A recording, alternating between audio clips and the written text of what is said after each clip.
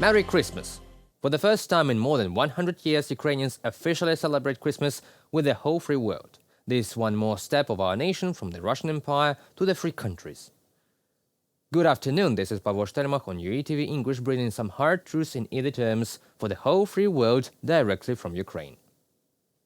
Despite that most people in the world are currently engaged in pre-New Year's and Christmas preparations, our country continues its work on their accession to the EU, because it was a historic moment for both parties that duty rewards Ukraine's dedication to its European future and provides EU's ability to be the driver of the history on the continent. Ukraine's EU membership will enrich the Union with new practical perspectives and broaden its historic horizon. I will dare to put it straightforwardly. No one has more grim yet more valuable both battleground and political experience these days than us. We are immensely thankful for the sign of confidence in Ukrainian people in a time of turmoil, and we will live up to Europe's trust.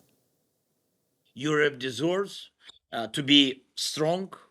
Europe's strength is in unity and resolve, and Europe deserves dignified policy, deserves to have agreements respected, and for people in Europe to know they will not be deceived.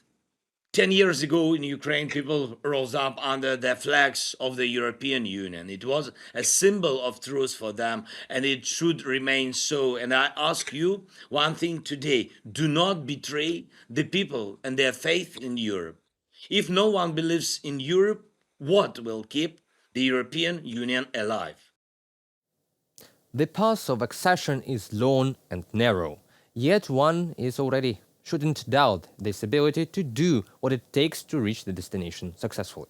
On a number of occasions in recent years, Ukrainians proved our ability not only to take difficult political and economic decisions for the sake of European dream, but to be held accountable for them. That means to practice what you preach, to fight and even die for the values you proclaim. In the long term, no, even in the mid-run, there's nothing more important for Ukrainians than becoming a better nation. More prosperous, successful and just. We see these things in the European Union and reach out to them. Also, Hungary's position on Ukraine's accession is a big concern, not only to Ukraine, but also to Europe in general. However, we are convinced that Ukraine's membership in the EU is of great interest to Hungary too. Perhaps that is why this week Orban agreed to negotiations with Zelensky. It is not yet known when and what the leaders of the countries will talk about, but the conversation itself is a way to find strategies that will be beneficial both for Kyiv and Budapest. And of course, I hope disadvantages to the Kremlin. As a global research and analysis resource Jamestown.org writes, Russians have long viewed making direct appeals to their supreme eternal leaders as their last hope to achieve justice. Today, when ordinary political representation in Russia is blocked and participation in protests becomes a dangerous thing, Russian citizens are increasingly writing letters to Putin, discussing their personal problems and how Moscow's war against Ukraine has adversely affected their lives. Oh, I'm sorry, it has. It is probably the criminal Russian aggression against Ukraine that has led to a dramatic increase in the number of these letters. Suit yourself. Before the full-scale invasion, the Kremlin received a few tens of thousands of letters monthly, mostly about personal financial problems with pay or housing.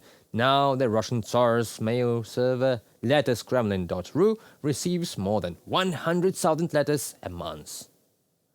These are complaints about insufficient and stalled payments to those servicing Putin's Tsaric ambitions under contract service in Ukraine, killing and murdering us, and kidnapping our children. That is the most prevalent subject. The first of these complaints appeared in April 2022, less than 2 months after the full-scale invasion began. By last fall, their number had increased by 25 times, with such grievances now totaling more than 25,000 since the start of the war.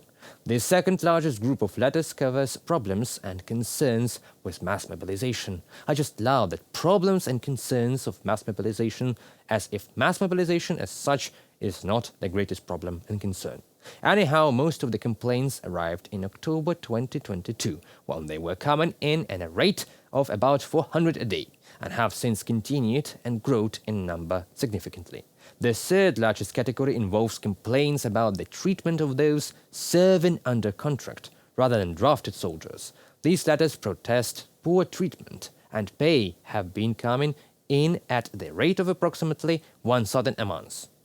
Who cares? Small thing for a big country, right? A large share of complaints focuses on the military's failure to allow for vacation and the regular rotation of contracted soldiers out of the combat zone, which they were promised when signing their service contracts. Oh, these famous Russian promises. All right, here is a hard truth in an easy term about the whole complaint thing for you. To summarize, Russian-made hostilities, atrocities, shelling, killing, kidnapping children, murdering civilians, rape, torture, pain, and spitting at any imaginable law in Ukraine. Ukraine cannot afford to lose this war. Russian victory over us in Ukraine would mean terror for the world that has not been seen in a 20th century era. Traditionally jealous, psychotically cruel Russian Tsar Putin can never forgive one thing about Ukraine: its unwavering national desire for freedom and self-determination. And this is exactly why Ukraine will win.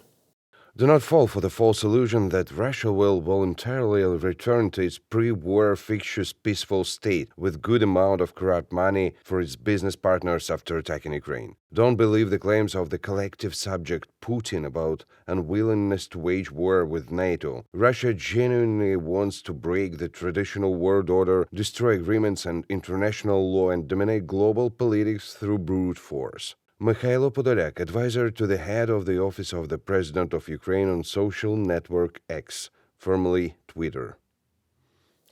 Putin is the impersonation of Sovietness, the embodiment of the ill contempt for elementary human values, not only such as human rights and freedoms, but also the very value of human life as such. It is his imperial ambitions that have today caused the deaths of hundreds of thousands of people in the center of Europe, and the obituary is growing as you're watching this video.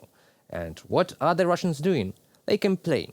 They literally do complain to Putin about himself, not about the criminal war he waged against the sovereign state of Ukraine, mountains of bodies, a meat grinder in the center of Europe, and international isolation, substitution of the law by terror and dictatorship, opened hunting season at political opponents. It is not at all that Russian nation cares for. What they care for is for the hope to somehow avoid this mayhem. And that is why Russians are addressing their Tsar as a omnipotent godlike character, a national hero, a sole ruler, a dictator. Let there be bloodshed, say Russians, but let it avoid me personally. See, there is no such thing as a Russian nation demanding better future and life. Just a population trying to survive, praying to their bloody Tsar to let them. Indeed, something is rotten in the state of Russia, and this is exactly why Russia will lose. 6 former Soviet republics are members of the Moscow-led CSTO, Collective Security Treaty Organization. It is an intergovernmental military alliance in Eurasia consisting of 6 post-Soviet states: Armenia, Belarus, Kazakhstan, Kyrgyzstan, Russia, and Tajikistan. Maybe the proper word was. The bloc was created in early 1990s, immediately after the collapse of the Soviet Union, for collective defense against for that external aggression, including terrorist attacks. Well, if that would work, CSTO should have defended Moscow from waging terror in Ukraine, right? That never happened. Today, Collective Security Treaty Organization is not collective, nor security, nor treaty anymore. And frankly, is not even an organization. Even Belarus dictator Lukashenko seems to back off. The existence and the fate of the CSTO are dependent on the success of the Russian Federation's operation, in inverted commas, in Ukraine.